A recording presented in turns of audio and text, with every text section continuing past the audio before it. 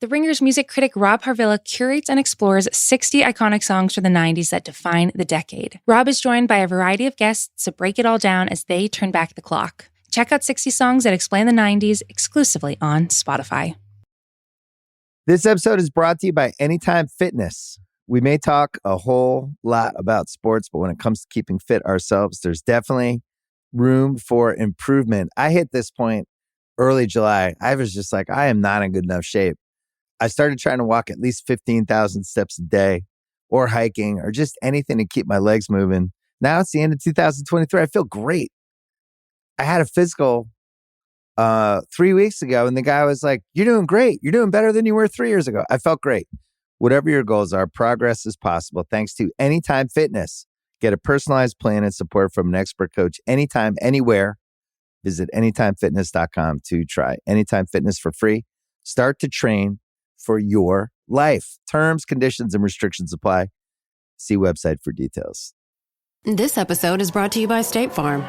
From your morning podcast to your afternoon playlist, State Farm knows you personalize your entire day. And that's why State Farm helps you personalize your insurance with the State Farm Personal Price Plan. It offers coverage options that help protect what you care about most at an affordable price just for you. Like a good neighbor, State Farm is there. Prices vary by state. Options selected by customer. Availability and eligibility may vary. I need support staff to clear the room. Stand up and walk. Now. Hello and welcome to The Watch. My name is Chris Ryan. I am an editor at TheRinger.com, and joining me on the other line, he's just been cast in Succession Season 3. It's Andy Greenwald. Cat's out of the bag. Yeah, you're playing Pat Riley.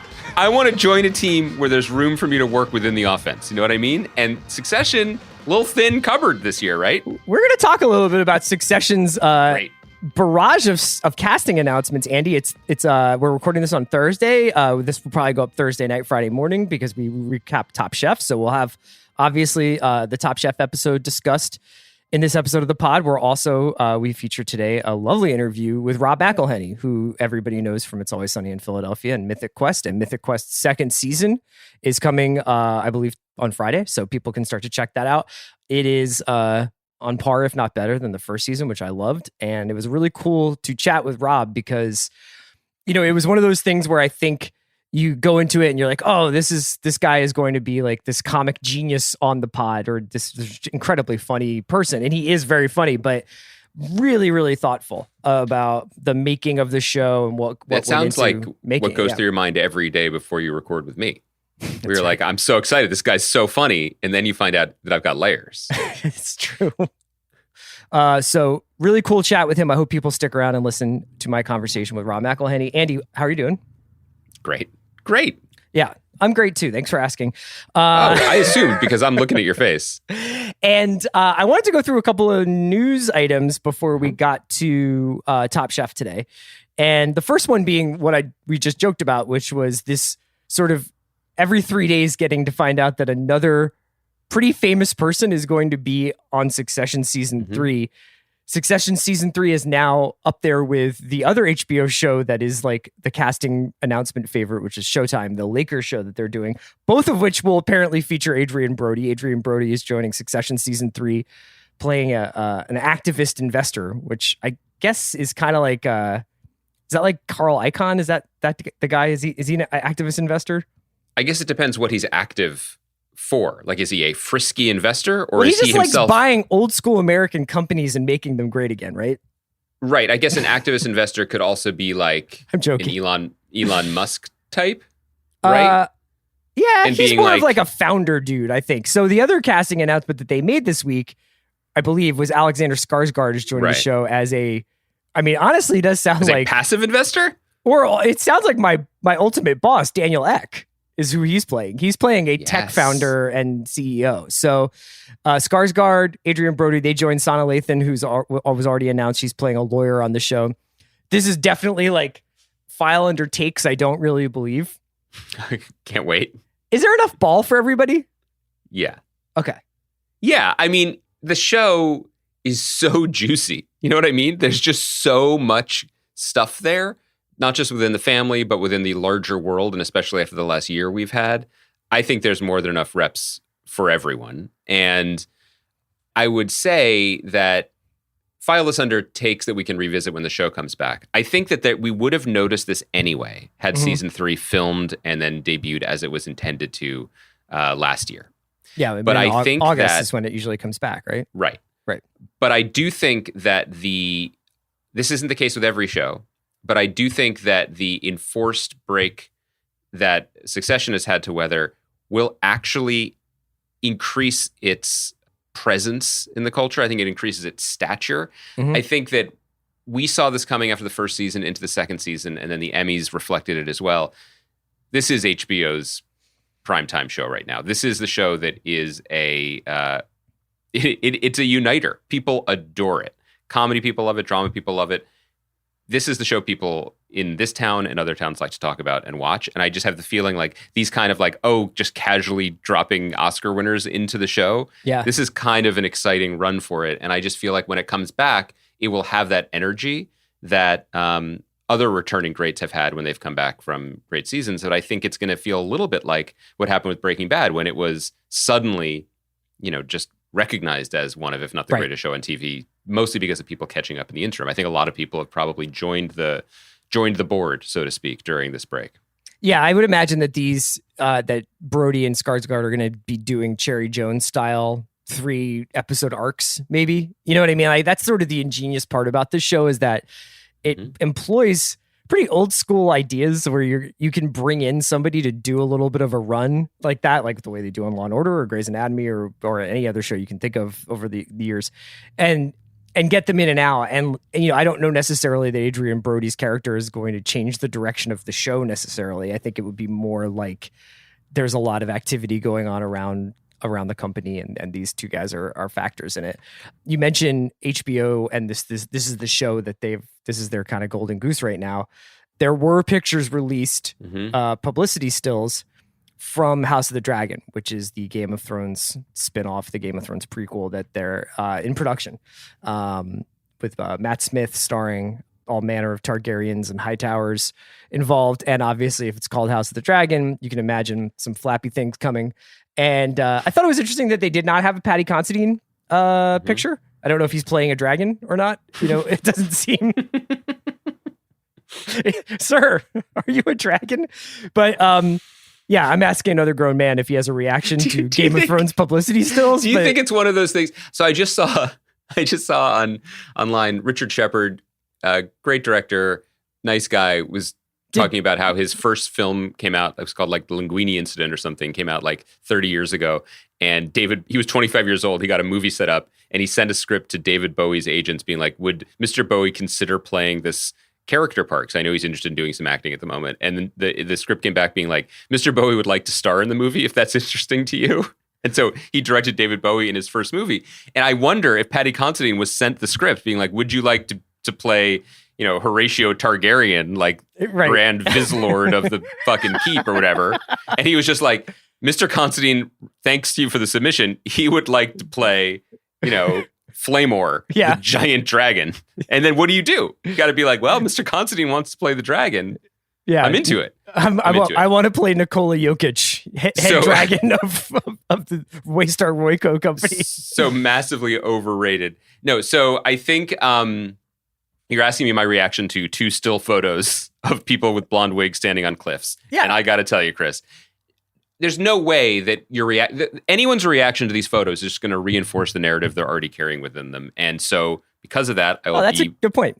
Honest with you. I mean, if you're excited, if you were really pumped to see anything Targaryen related, you're going to be like, great, they're back on the cliffs. Looks good. No notes. My thing was, what are we doing again?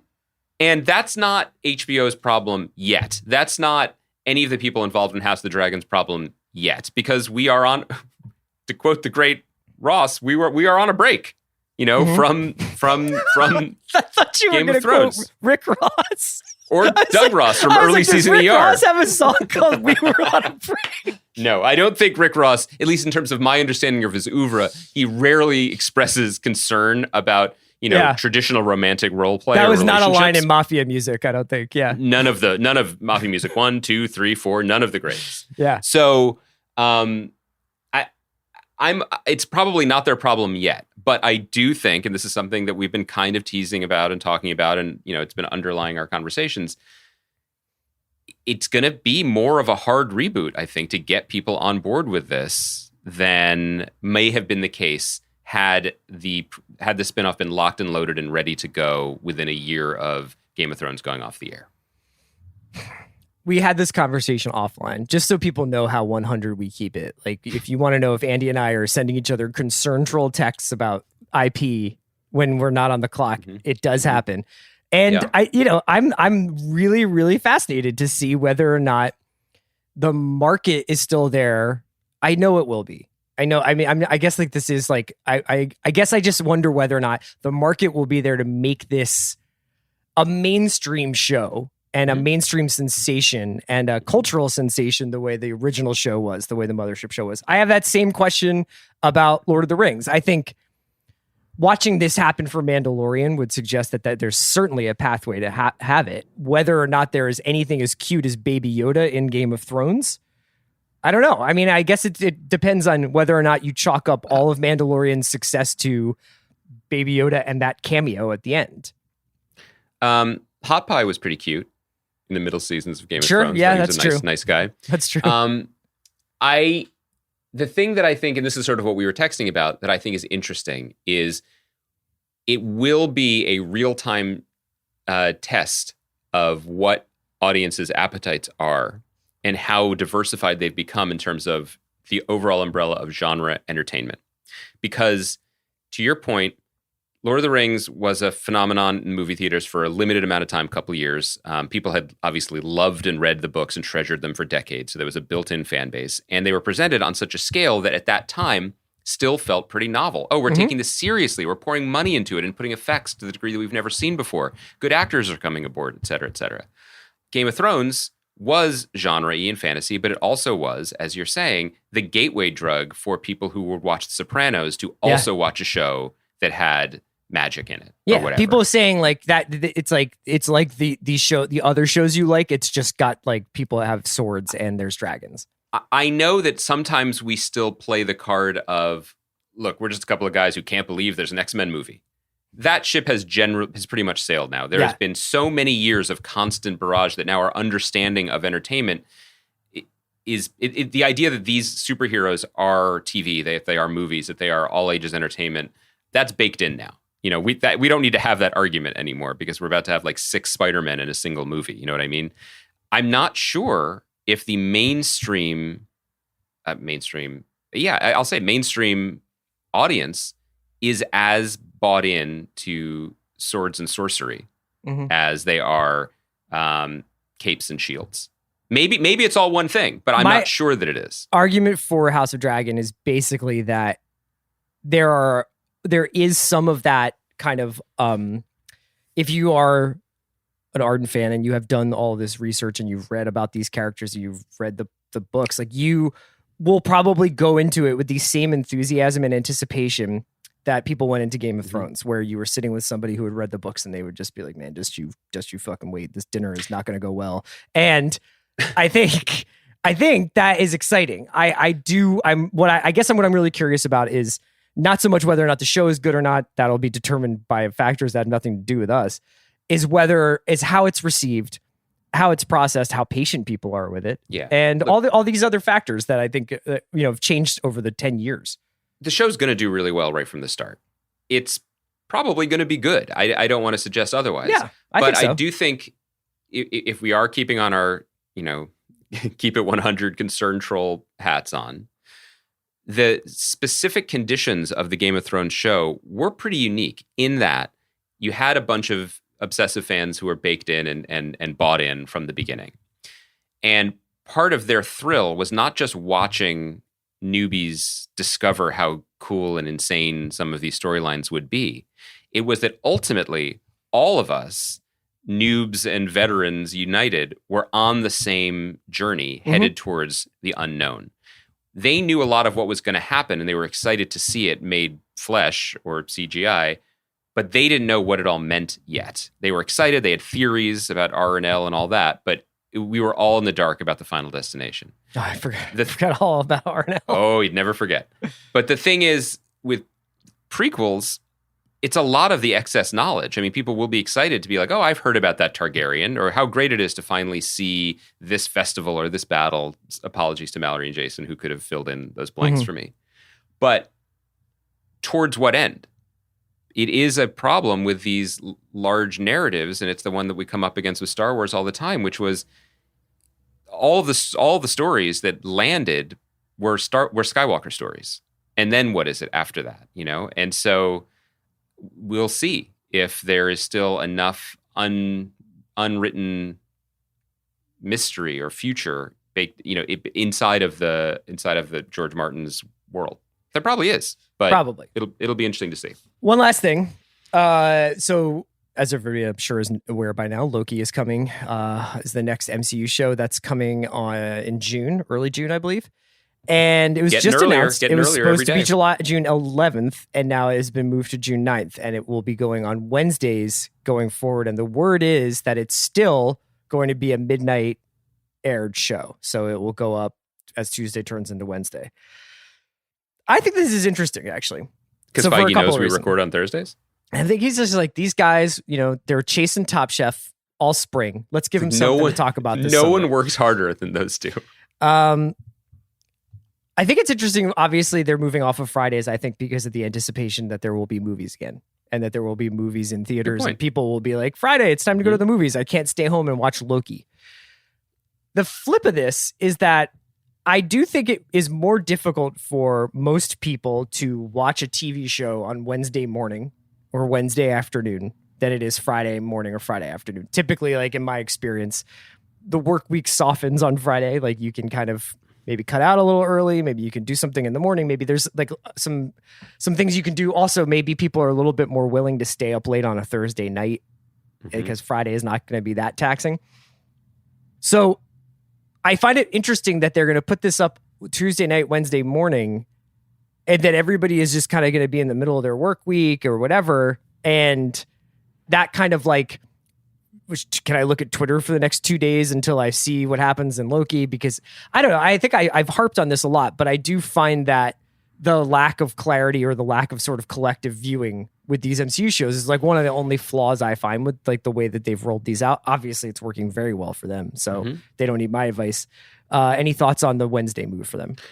Well, I think that it's hard for us because we see everything through the prism of when we're recording, but also we do, because we are plugged in professionally, think about the success metric for shows based on online chatter or clicks or articles and you know, driven. And so if that does still have any relevance in the larger world, Wednesday's better because then there's 2 days of blog posts and chatter, you know, during the work week before it just sort of vanishes into the weekend.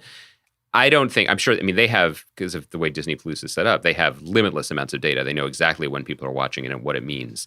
And I'm sure they're very happy with what they've seen. I don't think they would, it's hard to imagine WandaVision or Falcon doing better, you know, at least in terms of the opaque sense of better, since we don't have the data, had they been on a different day. But so I as much as I do want to overthink it, I think that you nailed it with your first observation. Fridays are for movies again. You know, they just had their big like, hey, everybody, let's go back to the movies that I'm still weeping over. You know, it was just very meaningful to me. That was so weird. It was. I thought it was cool. Yeah, Salma Hayek was on a horse. I know, but you had like 13 weeks of being like, man, I may have, this stuff is pretty corny. And then you just came bursting through the wall like the Kool-Aid man, being like, Stan Lee is speaking to me about family. Well, Stan Lee didn't narrate the footage of like the GLC bombing. You know what I mean? If he'd been like, we are one people, Carly, then I maybe would have had a different reaction. Let's, here's why I'm excited about Loki. Last thing, Chris, I'll just say it. It just looks fun. That's part of it too. I'd like this show to be funny and fun. Yeah, I'm thrilled for this show. I can't wait. Let's take a quick break. When we come back, we'll do Top Chef. This episode is brought to you by Mint Mobile. New Year's resolutions are fun the first couple of weeks. Then you kind of maybe conveniently forget about them halfway through January. No shame. It happens to us all. But this year I have a foolproof plan, at least when it comes to saving money. Just switch to Mint Mobile and you're done. Goal accomplished, because for a limited time, their wireless plans are $15 a month when you buy a 3-month plan. The great thing about Mint Mobile is there's no jaw-dropping monthly bills or unexpected overages, and all plans come with unlimited talk and text. Get this new customer offer today at mintmobile.com/watch. Additional taxes, fees, and restrictions apply. See Mint Mobile for details. Alrighty, Andy, here we are, back to Stumptown. This episode of Top Chef Portland, I found kind of frustrating. Oh, wow, coming in with something. Okay, talk about quickfire. Well, I'll start from the end, because that's where I kind of got frustrated.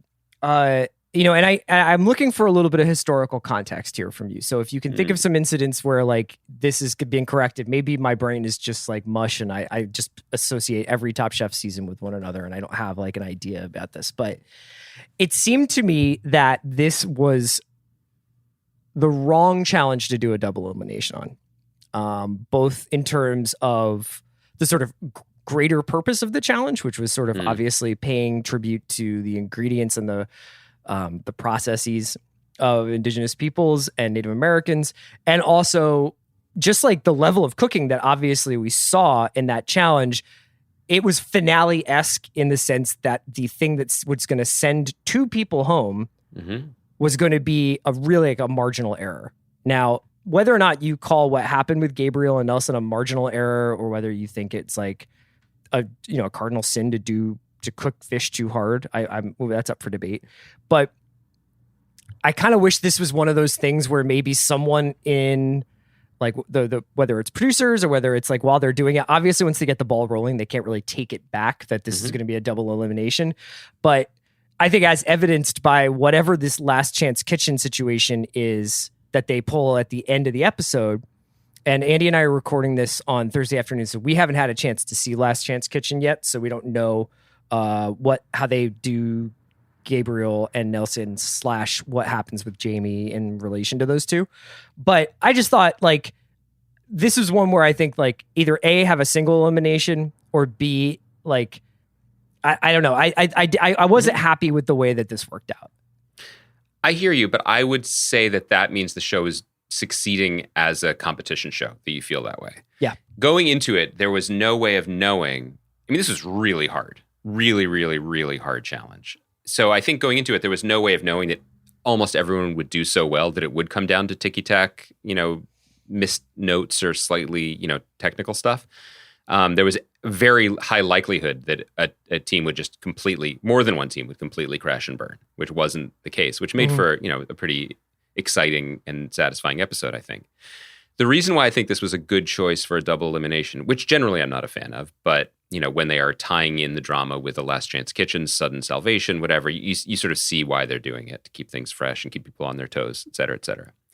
The reason why I think this was a good challenge for that was because if you're doing a surf and turf teamed up challenge, the temptation to hide behind one strong half of a dish is enormous. If you have, these pairings were absurd on paper. Was it antelope and I don't even have it in front of me, but yeah, no, there was among others, we had a venison with a sturgeon and caviar. Gabe and Dawn did bison with catfish, but they didn't fry the catfish. Maria and Byron did like a salmon with like a mole. I can't remember what their other protein was, but there was like, these were tough combinations. And so there's a version of this where it's a single elimination where someone does a perfectly cooked piece of rabbit and then someone does an interesting smelt dish. And then if one is good, and then that person goes home and it's just cut and dried. So this forced collaboration in a way. So you couldn't just isolate yourself and hide behind your own dish, which I think created better combinations on the plate. It didn't necessarily produce friction, sparks, which again is where the show has been heading. And I think I end up saying this every week, but I'm cool with that. I really like the show more when the contestants respect each other and no one particularly is bullying or throwing anyone under the bus. So I hear you, but I also think that we are headed towards, as you said, Chris, like we haven't seen Last Chance Kitchen. I don't think it would matter necessarily as much as we did. What they will probably do is one of those 3-headed play-in tournaments that they've done before, where there's a 2-part challenge.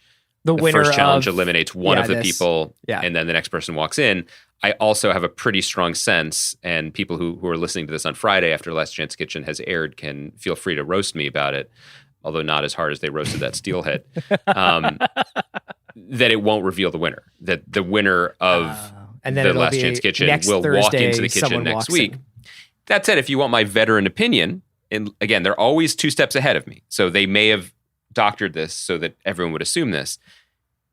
Next week on Top Chef, they show Tom or Padme reintroducing someone to the kitchen, and everyone seems thrilled, which makes me think it's probably not Gabriel. But they all kind of seem to like each other, so maybe that was just a I think reaction as opposed to Gabriel's gotten an edit that would suggest he is not the most popular guy, and that or that at least he's difficult to work with in team competitions, at least, and even there's references to him being an asshole at the end of the episode, lovingly, but in a loving way. Yeah, in a loving way. And then there's a shot where it's obviously when Gabriel and Nelson are walking off, everybody's kind of got their arm around Nelson, but Gabriel is solo going out, probably because he's I'm going to Last Chance Kitchen. I can't walk. Yeah, right. Nelson is leaving the field like Albert Pujols is leaving the Angels locker room today. So you know second straight season where we've had basically an injury on this show.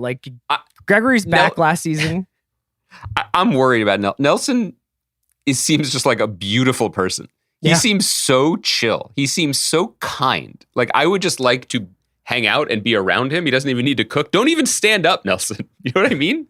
But kitchen repetitive stress injuries are real in the kitchen, and my guy needs some work done.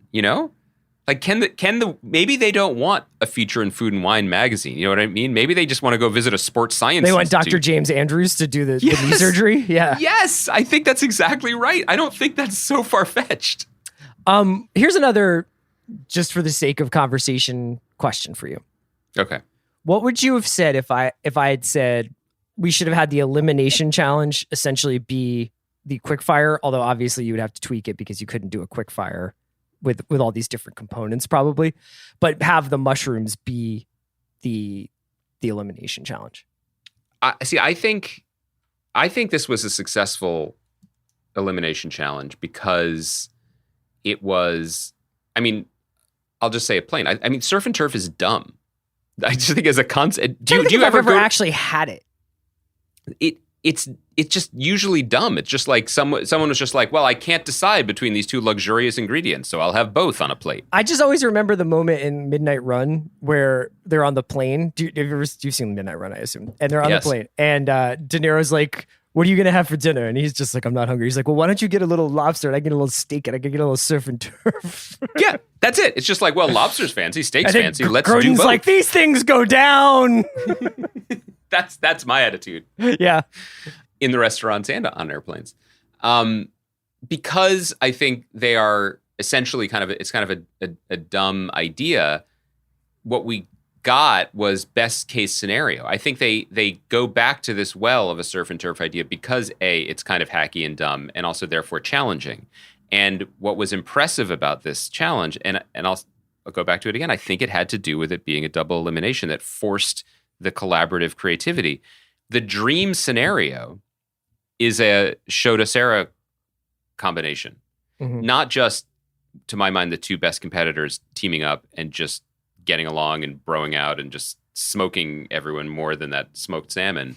It's that they rethought what it could be and what it meant, and they had a fish that is really more complementary and more of use it as a base ingredient, like you would normally use an allium, like an onion or garlic or something, put it in almost everything.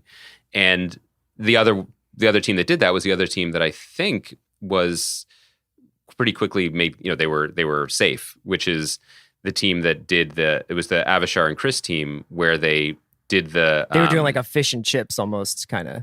Well, but they took the fish was the main course and the game meat, in this case was venison, I think, was more it was a fritter on the side of it, right? And so you're sort of flipping the understanding of it. And it's a big ask. They're always asking these chefs, they're basically we think that you're creative geniuses. Be creative geniuses and totally reinvent something and surprise us in this ridiculous amount of time, in pouring rain, with rainbows blinding you when bees aren't stinging you. Well, it's been an interesting like wrinkle, or not even a wrinkle, but a development this season, because I don't think it's been a very like new text or new criticism season, where I think everything that's on the plate is what gets judged, not any of the narrative going into it or coming out of it. So Jamie did not reveal that Gabriel encouraged her to not undercook her chicken wing, but just like that it should be like on the lighter side. She didn't throw him under the bus last week. And then this week, you know, I thought that the going into that meal, Gabriel kind of like set that surf and turf up. His concept, so to speak, was I'll make a good thing and you make a good thing. And that should be two good things on the plate and we're all set. So even though they cooked the fish too hard, and whether that was Nelson's fault or his knees or whatever, the pills wearing off, like ultimately, I think conceptually it was the last place dish, right? Yeah, absolutely. And it was also a dish that you would make. I mean, he was acting like, whether he was aware of it or not, like he had immunity. Like, I'm just going to hide here on turf corner and let the surf go down, basically. It just wasn't a winning dish because they didn't go for it. At the end, all of a sudden, he had a good and creative idea about taking the fish skin and wrapping the meat in that, et cetera, et cetera. But yeah, it was a conceptual failure in addition to being a technical failure. And that's why it went the way it did. Any magical mushrooms takes that you have for the elimination? Well, I know we're kind of jumping all over the place, but this was it was inevitable that they were going to do a mushroom challenge. Gabriel, I mean, I imagine that Gabriel's face during the quickfire is similar to our faces during Mayor of Easttown. You know, whenever someone like orders a hoagie or drinks a Yingling, we're like, I know that beer. You know, we're making the Leonardo DiCaprio I know. Meme. So that was inevitable. Having them like cook over tiny tree stumps, like you guys just let them chop the mushrooms. You know what I mean? You don't need to get that cute. But what I did want to say, and it began in the beginning, was this might be a recurring segment until we get him on the podcast. But Chris, we got to talk about Tom, because Tom shows up for the quickfire and he immediately drops an all-timer, which is he says mushrooms are his favorite ingredient. Okay, because, and this is a quote, they are as close as you can get to actually eating the earth. Right. Now, I want to press pause here on life and be like, was this the goal? Like, have I been approaching, cooking, dining, feeding myself wrong for over 40 years now? Was I always trying to get closer to physically eating the planet that we live on? Because if so, I've made some terrible choices. Okay, Galacticus. Yeah. Seriously.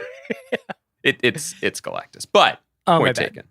I don't know what's more disturbing. Tom kind of never laughing or smiling this season, not being in it that much this season, or his hats. Yeah, well, this is where we're going next, because then he shows up to this beautiful ceremony where the native hosts they look stunning and gorgeous. And once again, kudos to the show's producers for really doing the work and incredible reaching out setting. To communities. And this is at the Umatilla Indian Reservation. The Confederated Tribes of the Umatilla Indian Reservation were hosting them. And it's this area, I guess, off the Columbia River. I've never been there, but I need to go tomorrow.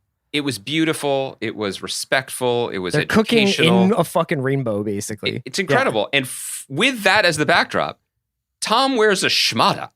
Okay, Tom looks like he is a day player in Crossing Delancey. Yeah. Like, I am so confused by the thinking behind it, because at first I thought he was attempting to pay respects in some way by wearing the bag they harvested the duck potatoes in on his head to show that he values them. That was not the case. And then it became clear that he was wearing something because it was cold. And it clearly got colder because like the contestants blankets had on and everything. blankets. Yeah. But like, you know, I live in Southern California, so it's mostly warm. But even I know that there are different vessels for your skull to keep it warm, right? It was a choice at a certain point. Yes. It was incredible. It was really incredible. It's a hat I haven't seen. It's a knit cap I have not seen since possibly Entourage. Who would wear that in Entourage? Oh, it was like that kind of hat was like I did a 3-episode arc on Supernatural, and like you know, I have like a goatee, and I'm fighting with Adrien Grenier for and I'm like courtside at a Clippers game. Yeah, maybe sitting with my agent whose other like guest fell through at the last second. Frankie Muniz or something. Where's this hat? Maybe, yeah. Circa 2005. Right. Yeah, I didn't really have anything like illuminating to say about the quick fire. I'm a fan of mushrooms. I'm sure those would have been delicious. Do you? I was glad Gabriel got to have. Can I ask you? Actually, let me ask you this. Yeah. Okay. Mushrooms. Yeah. Can they be the main character of the novel? I mean, we're you? trying. Are you? As a culture, people are working real hard to be like this is a mushroom dish rather than like here's a side. You know, like here's like a. Bro, cauliflower needs a breather. You know what I mean? Yeah, like, imagine being cauliflower. I've moved on to shredded carrots, so it's like well, cauliflower spends the chillest century imaginable being like, we're good. We're just white broccoli. Nobody's that interested in us, but we're here if you need us. Now we're steak. Now we're pizza crust.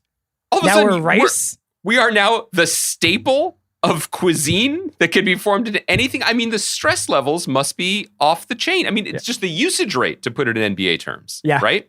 So I appreciate mushroom being like, well, we just grow here, so it's fine. You lean on us. I think that we are easier to produce. Shouts to our brethren in Kennett Square, Pennsylvania. Can it be good? Yeah, like I had a al pastor style mushroom taco here in Los Angeles the other day. It was very good. I love mushrooms. No, they can. I'm not saying mushrooms aren't good. I just think that they're starting to get. You're asking like Paul Giamatti to be Brad Pitt sometimes. You know what I mean? Yeah. You're asking the character actor to take the lead. Well, in that case, Paul Giamatti's thrilled. Am I worried about our palates, or am I worried about like the crops? Like, are we overly taxing them? Look, that ship sailed for me. My thing is perpetually. Now I realize that I said this about the Oscars, so I guess the stock room's a little low. We should be worried about crops, much like the mushroom supply. But when you start replacing things for other things, I think is when you screw up. Like if you're cooking vegetarian, that's wonderful, and they're delicious traditions and food ways. But and you don't like replacement foods. Yeah, it just doesn't make sense to me. Like, do you like an Impossible Burger? I've never had it. You've never tried one? No, because you know why? Because on the menu there's also a burger. Not if you go to an Impossible Burger restaurant, right? So I will go. Next time in New York, I'll go to Superiority Burger, where they make a veggie burger that's apparently amazing. And it's a veggie burger. It's not like the third choice on the menu. You know what I mean? And also, it isn't made to be like, look, it bleeds. So you're not into that?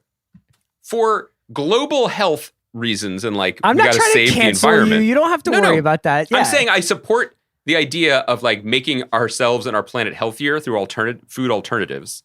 But I've never walked into a sports bar and like perused the menu and been like, should I have a cheeseburger or an Impossible Burger? Because I'm trying to cut 17 calories because this fried hockey puck of science with cheese on it is marginally less saturated. I don't get it.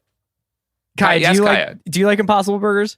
I've also never had an Impossible Burger. Jesus. Yeah. I'm along the same thinking as Andy, where it's like, I don't really know what's in an Impossible Burger, but I do know what's in a real burger.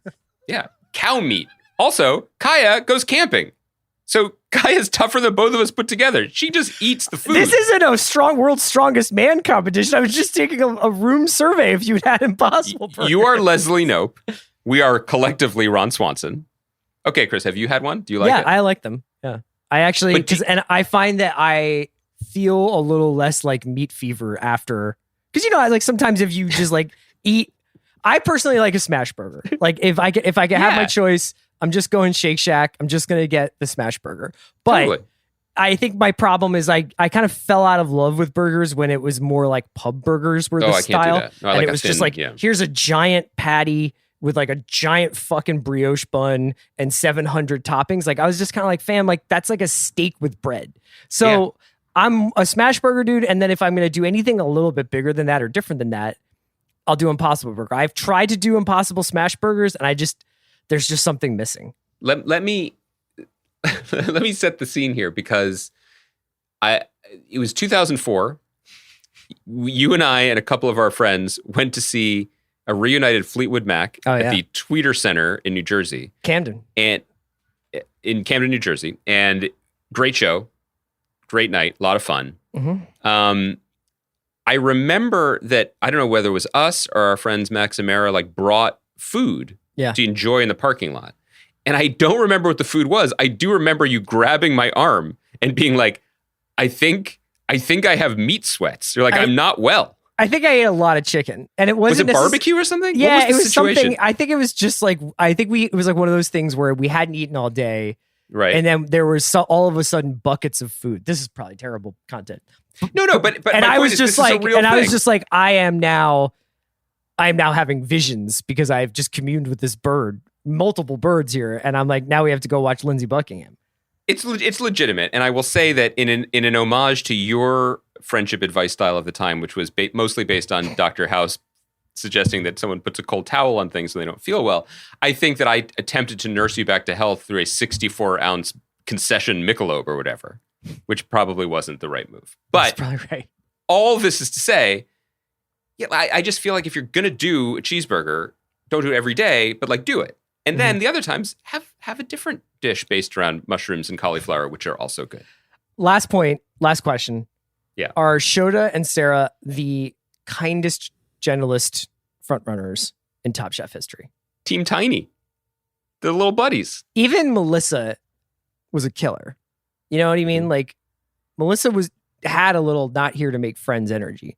Like, Brooke was a killer, you know? Yep. I think that this is kind of reminding me of Denver a little bit. Of like these people are just like sweethearts and they really like each other.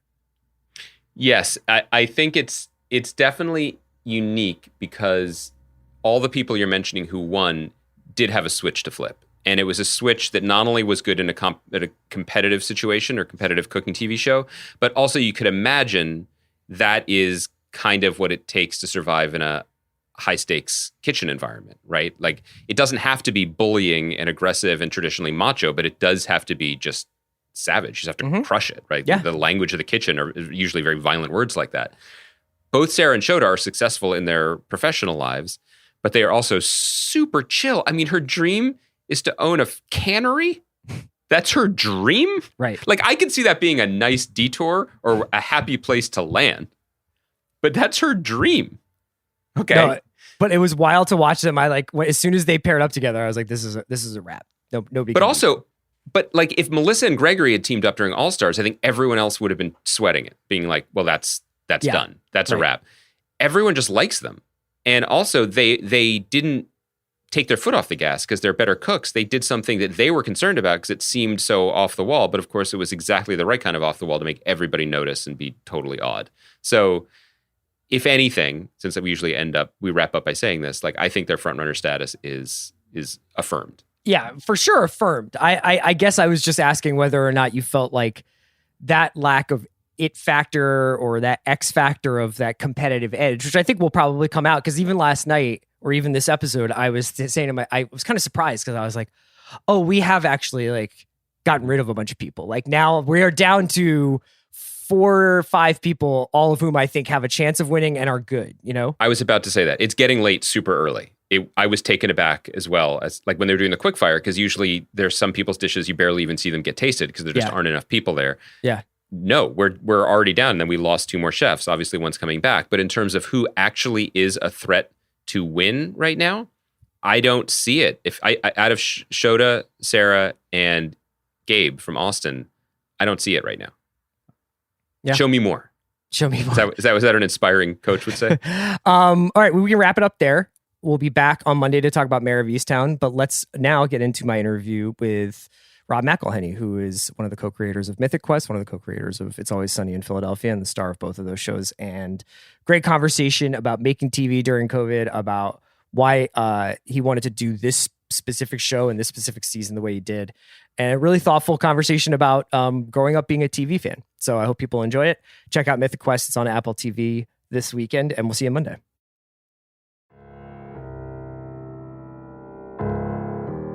Rob, thank you so much for joining me today. This is a little bit, I'm sure you're familiar with the Spider-Man meme with 2 guys pointing at each other, but it is sort of strange to be able to talk to another Philadelphian in his early to mid 40s who also went to Temple. So this is very exciting for me. I think we've really nailed this demographic.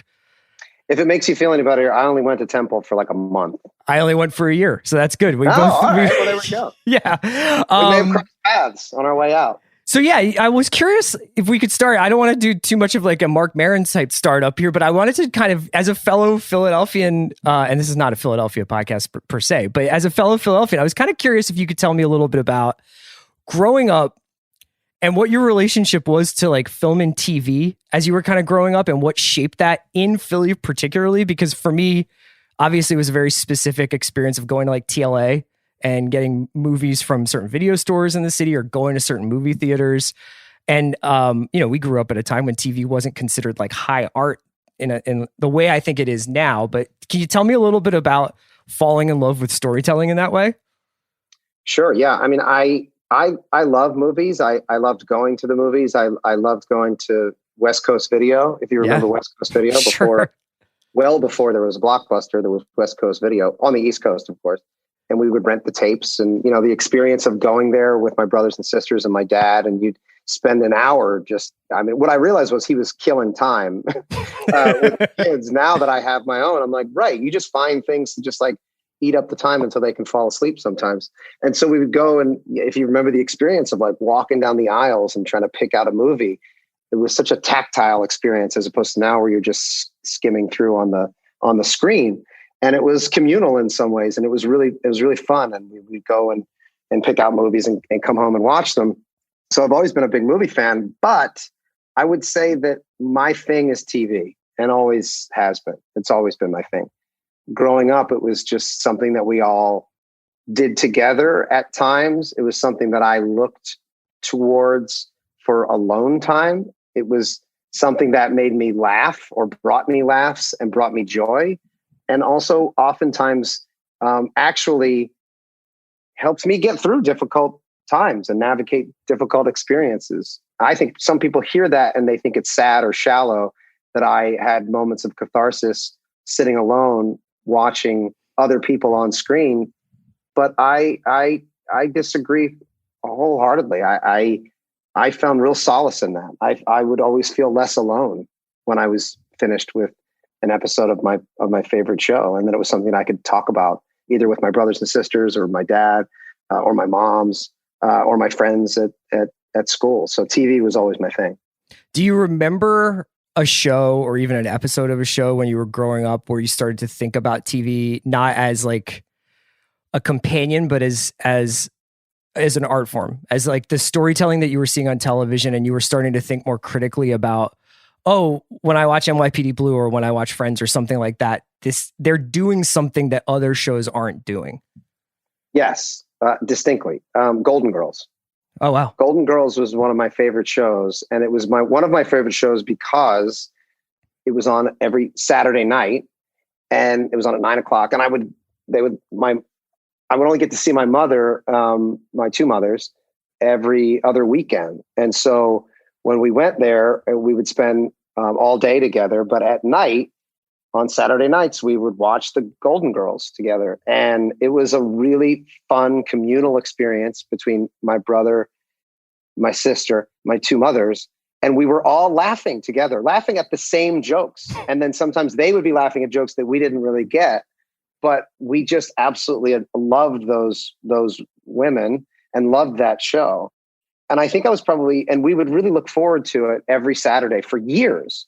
And then I remember as I was in my mid to late teens, early to mid teens, I realized I was watching the same episode over and over and over again.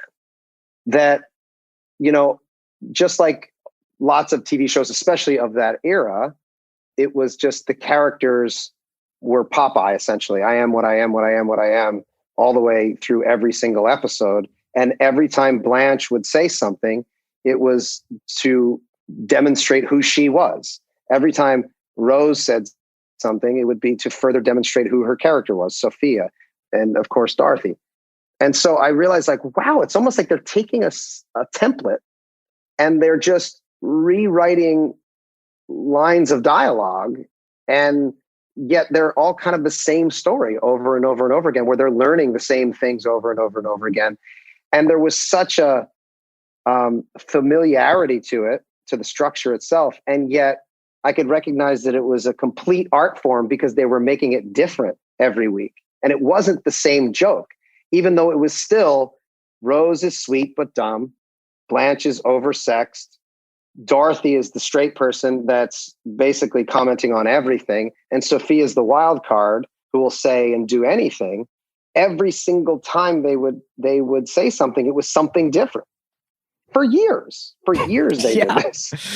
And I thought, wow, there's somebody, are they making that up like every week? Because even at the time I thought, I don't know, maybe these women are so funny. I just didn't put the pieces together. California, Los Angeles, Hollywood, that was another planet as far as I was concerned. It just seemed like a bunch of funny women were getting in a room together and being funny. And so that was the first step. And then the second, that was like the book opening. Mm-hmm. And then the book sort of like slamming me in the face was Seinfeld, because I kept watching that show and seeing it be completely different than Golden Girls, where they were making anything they want. And it was every week was so different. And it was like a completely different way of telling a sitcom story, and was like deconstructing sitcoms in a lot of ways. And I kept seeing the same name over and over and over again, a name that I realized I wasn't looking for in other shows. And that was Larry David. And I would watch it and be like, who is this Larry David guy? And then I would go back and watch old episodes of shows that I loved. Golden Girls would be a good example of it. Family Ties. And I would look for, who was the executive producer? Mm-hmm. Who are the writers? Who are the people that, Susan Harris, who created the show, or Paul Junger-Witt, or Gary David Goldberg. I would see these names and be like, right, there's more than just Michael J. Fox. There's more than just B. Arthur. There's more than just Jerry and Elaine. There are these people that are making these shows, and they live somewhere else. It almost feels like, when you grow up watching TV in that way, the sustainability and the longevity of a show is part of the appeal. And it's been interesting. Obviously I'm a huge Sunny fan, and it's been like a part of my life for more than a decade. And then you've got Mythic Quest, which definitely seems like it has legs. Like if you guys wanted to just keep doing Mythic Quest, like there's just endless amounts of different like variables you could throw in there.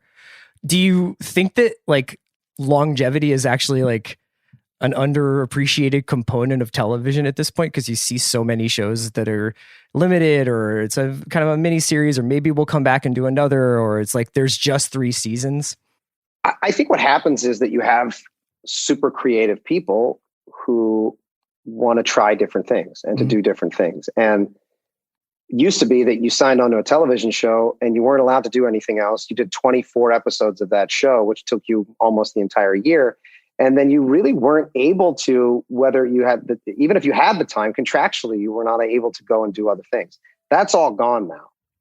Now the fact that we have the ability to only do 10 episodes a season of something, and the old way of doing things where we're holding back actors from and writers from other opportunities is dead.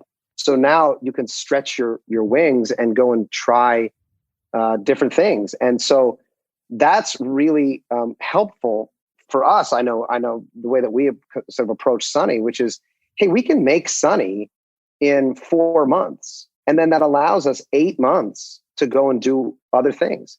And if even on Sunny, we continue to stretch, the characters don't learn or grow or change in any way. But we do as human beings. And then we try to challenge ourselves. Mm-hmm. And it becomes a challenge in and of itself just to try to make a new episode of Sunny every time we go out. But then we also have the opportunity to go and do other things.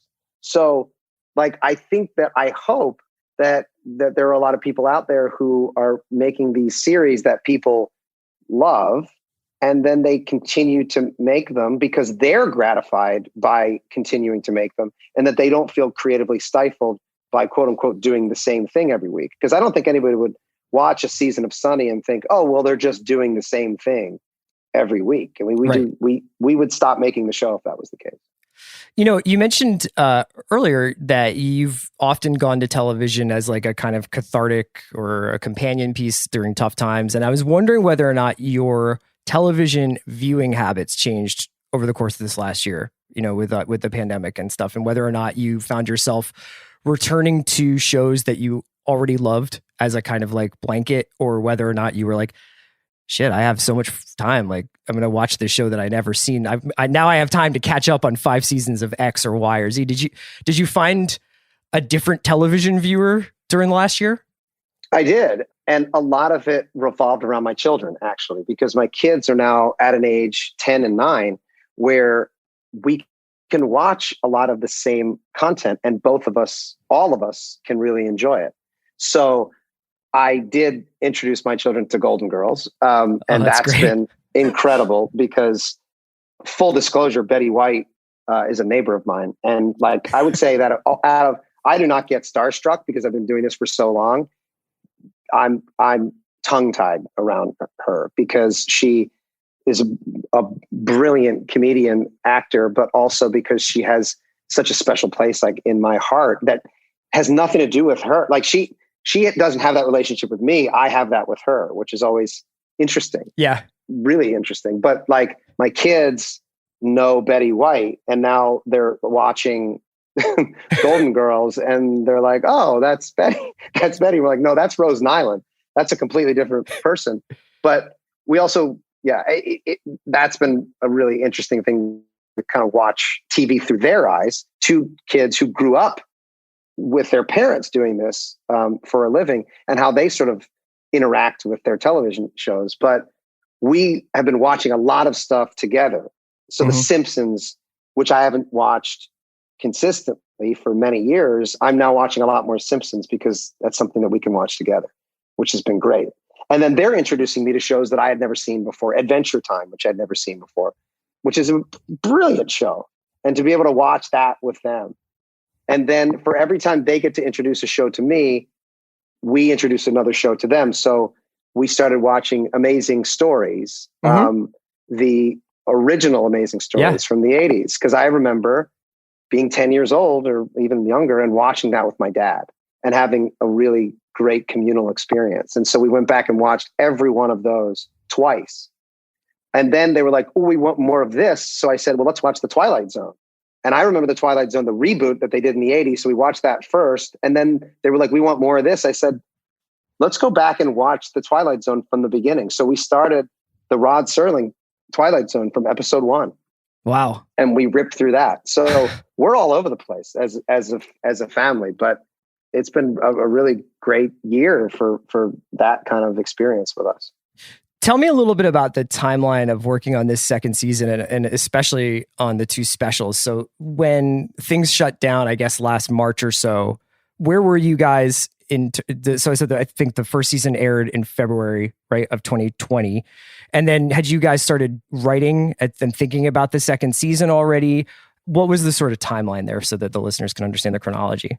Buddy, we had written an entire season, season 2, and then we were shooting episode 1 of season 2. And the last day and this was when the world was shutting down. Certainly this country was shutting down. And I just remember we were on a beach in Malibu and Charlotte and I, as Poppy and Ian, were on horseback doing this like promo for the game within the show. And I just was on the phone constantly with all of our advisors and trying to figure out what the right thing to do was. And finally, I remember just making the call, like, that's it. Cameras off, cut. We're going home. And we thought, well, we have all the episodes banked. We'll just, this is obviously very naive. This was in the early days of the pandemic. We thought, well, we'll just go down for 2 weeks or 3 weeks and then we'll come back and just pick it up. And we realized very quickly that was not going to be the case, that the world was going to be different. Completely different from that point forward. And it was dawning on us very slowly, but very seriously, that we had to throw that episode out that we shot and throw out the entire second season of scripts because they didn't make any sense anymore. We couldn't make a season of a television show that didn't address the fact that we were living in the time that we were living in. Mm-hmm. So we started over. And during the pandemic, we made an episode in quarantine, and then we wrote an entire second season of the show. Okay. What was the impetus behind doing Everlight? Was that because you wanted to have like a kind of a bridge episode or a little bit more of a, an optimistic kind of affirmative episode heading into the second season?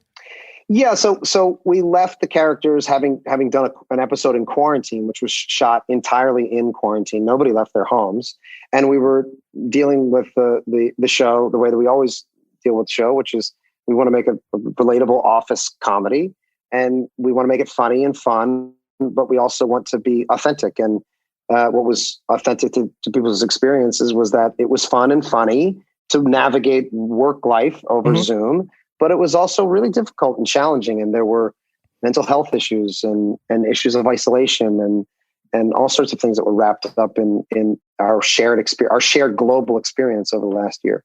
And so we did that episode and it was really well received, and people seemed to really dig it. And yet we knew that when we were writing the second season, we were going to be airing sometime in the spring or summer of 2021. And we knew even at the time this wasn't going to be over, but we had an optimistic hope that we would be looking towards a future where it was over. And we kind of took the bet that people were going to be sick of talking about viral loads and quarantine and isolation, and they didn't want to hear the word COVID again. So we made it a challenge to ourselves to make a season of TV where we didn't say the word COVID once. We barely talk about the previous year, because we felt like people weren't going to want that in what our show is and was. And yet we also felt like we couldn't just jump from quarantine into an optimistic future where COVID is in the rearview mirror without at least addressing the fact that that coming back to work is going to be an adjustment, and it's going to be difficult for people, both practically and emotionally from a mental health perspective. So how do we navigate that in an episode that is the bookend to the quarantine episode?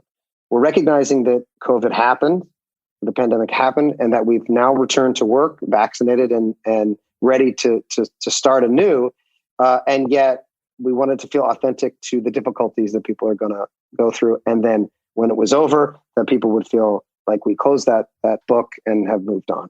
Yeah, it's strange. I mean, like I've been watching like some SVU episodes where there's a lot of like mask on, mask off stuff that they're going through. And like, it's pretty disorienting. On one hand, I think that I crave, to have like art that talks about the experience that we've all had over the year and to reflect it accurately. And on the other hand, I'm like, I really just want to watch SVU. You know what I mean? Like I really just want to see like a normal episode of television to take me away from the whole day that I've just had that is Zoom calls and masks and hand sanitizer. Yeah. Yeah, and that's the way we approached it, which was we did 2 episodes that I'm personally very proud of, that I think address everything COVID that we possibly could, and now we're moving on. We're trying to move on. I had an interesting reaction watching the second season, watching then the first 2 episodes, which go up soon, and I wanted to ask you something I don't know if you get asked about a lot with Mythic Quest, which is the look of the show. Because I realized that like I found it very like, it was so great to see the characters that I love again, and it's so awesome to be back in this world. And I found myself obviously feeling somewhat like soothed or comforted by it. But the characters are all screaming at each other, like in a fun way. But like there's all this, there's obviously like conflicts within this office. And in Sunny, just to talk about a show that you're obviously also heavily involved in, I think it's a grittier look. It has like more of a handheld look. Obviously, that might be somewhat of an extension of the origins of the show, of you guys just kind of making it yourselves and stuff. But, Mythic Quest has such like a different tone and a different look. And I was wondering if you could tell me a little bit about it, because for most viewers, I bet that's invisible. Like I bet they don't notice how a show like Mythic Quest maybe looks per se, but I imagine it's something you put a lot of thought into. Oh yeah. Yeah. Sunny by design has a very gritty feel to it. That it almost feels quote unquote homemade. That was something that was out of necessity when we made it for the first time, because we made it at home. And then we just thought, oh, this kind of works. Let's just keep it going. And then we've actively tried to make it look and feel like that all the way through. Whereas Mythic Quest, we wanted it to feel a little bit more cinematic and a little bit more beautiful. And then also a little bit more realistic, which I know sounds odd when you're also talking about making it cinematic. We just wanted the characters from a tonal perspective to feel like they really exist, like they're real human beings. Now, it's still a television show and it's a comedy, so you're you're talking about the extreme versions of people. But whereas Sunny is essentially a live action cartoon, those people do not exist, thankfully. Those are cartoon characters because it's a satire, and that's the way that we're able to tell those kinds of stories that we do. Whereas that I believe would be irresponsible to tell the kind of stories we do in Mythic Quest the same way, because we are presenting these people as real human beings. And so there is change and growth in these characters, and there's room for growth, and there's room for catharsis, which just simply can't really exist in Sunny. I think we have maybe one moment of catharsis in the entire series of Sunny, whereas Mythic Quest, we're having them every episode. Yeah. And we wanted it to look like you were watching a movie. There are certain episodes, specifically in the first season of Mythic Quest, that I directed to look like a movie. A Dark Quiet Death, for example, which was the 5th episode of last season. And there's another one this year called Backstory that's shot. I tried to make it feel as much like a movie shot in the 70s as I possibly could. Does that keep it fresh for you? Does that keep it fun for you to give yourself little challenges like that? Not little challenges, but challenges like that? Yes. That's why I continue to do it. I mean, I love what I do for a living, and I recognize how privileged I am that I get to do it. And it's not going away. When I see or hear about people like, go like laying by the pool, on a Tuesday because they're not going to work, that's great. And I'm happy for them. I don't feel that. I remember when I was a kid on Sundays, I would get, it's like Sunday afternoon would come by and Sunday night, and you'd get that pit in your stomach because you had to go back to school. Yeah, the Sunday scaries. Yeah. Yeah, exactly. So miserable.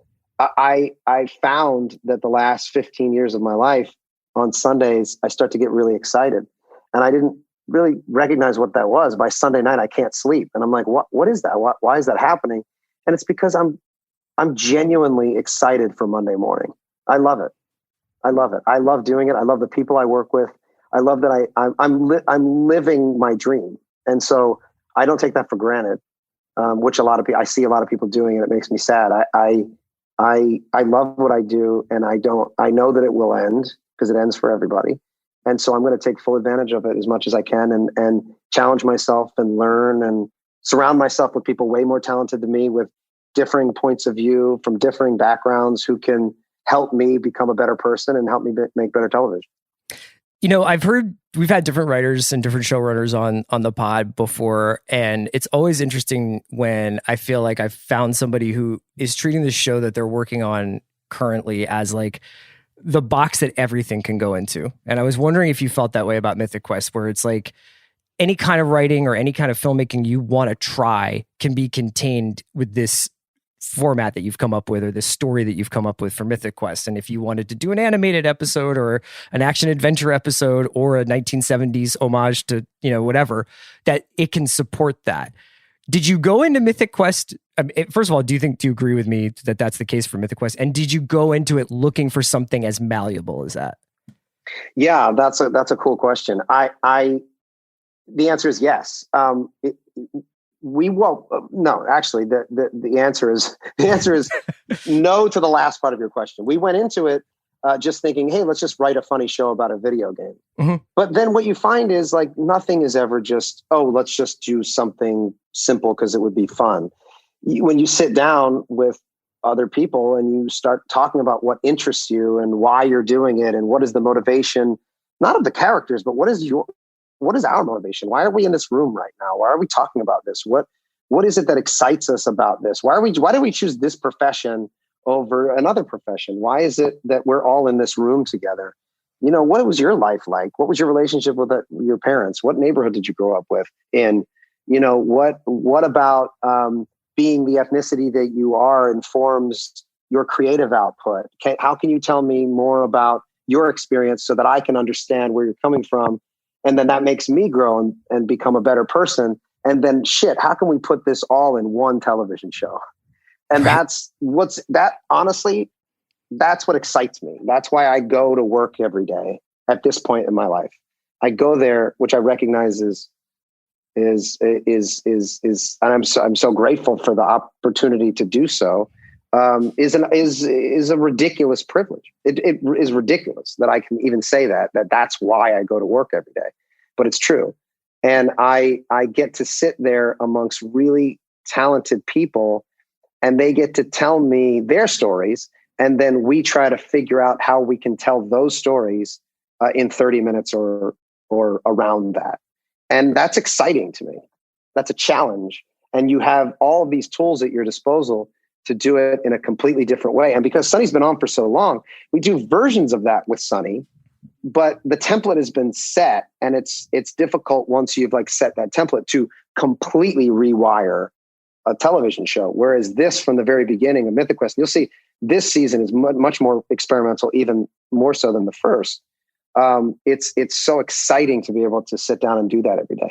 Yeah, I mean, to me, it's like Mythic is actually does what my favorite kind of television does, which is, I guess it's like give you what you need by giving you what you want. Like you think what you want is like this, this sitcom, so that you can kind of return to these same characters and go to these familiar situations over and over again. But then at the end of an episode, you actually wind up coming away from it being like, oh, they tried this time.